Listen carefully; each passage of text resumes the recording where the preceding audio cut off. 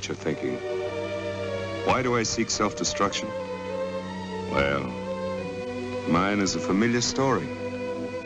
Perhaps you'd like to hear it. In the beginning, there was no indication that my life would be fraught with tragedy. My days were peaceful and sheltered. My time generously idled away on pleasantries of no consequence. Until Flora entered my life.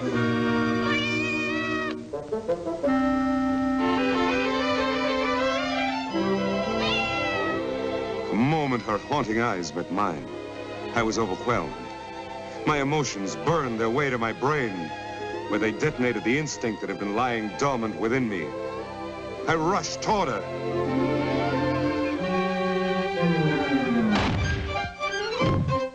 Something seemed to hold me back. Insanely, I approached her again. No binds could hold me this time. Wistfully, she awaited my approach. Nearer, and yet nearer I plunged. And finally, we met.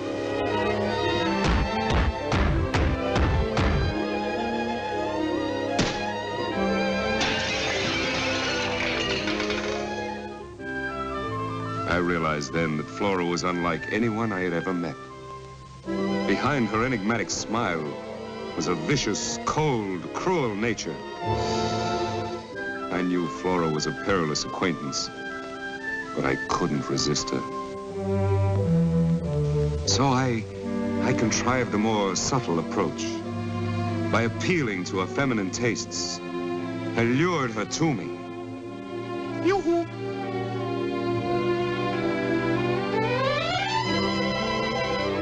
I was ready. At last, my moment of triumph. I poised, and then...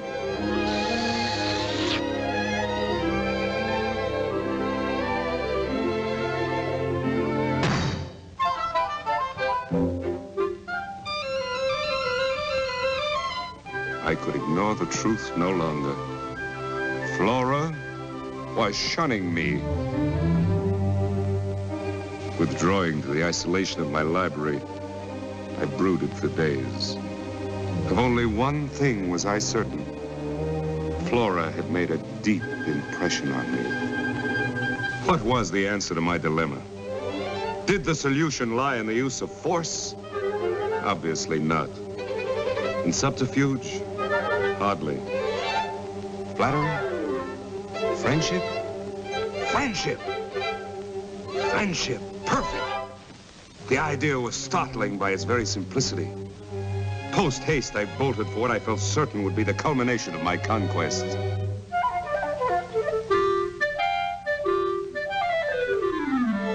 My ruse had succeeded. I had won her confidence with a show of friendship.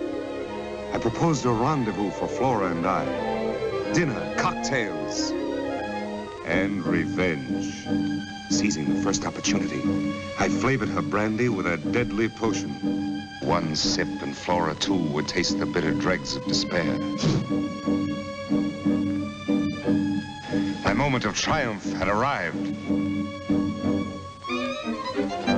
But she foiled me again.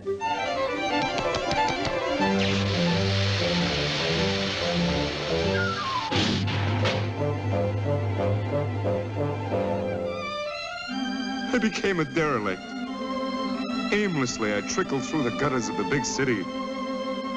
I felt like a dog. But my spirit revived at the sight of a familiar figure. Certainly here was a friend of the downtrodden. Gratefully, I thawed my soul with the warmth of his abundant heart.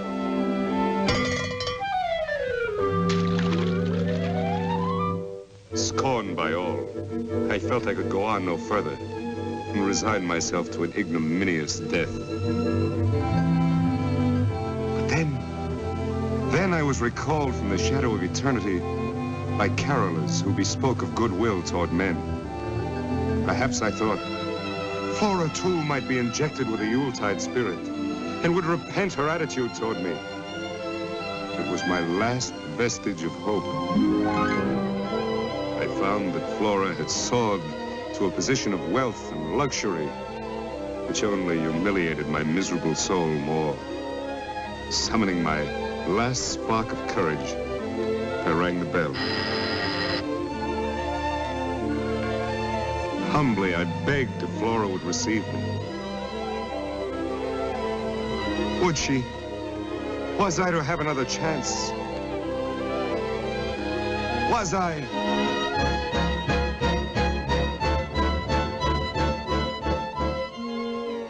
And that is my story. Not very pretty, is it? And so, farewell. No, I won't. I won't. I will not give her the satisfaction. We men and I have pieced together their shattered lives. So shall I. I'll succeed. I'll succeed whatever the road I take.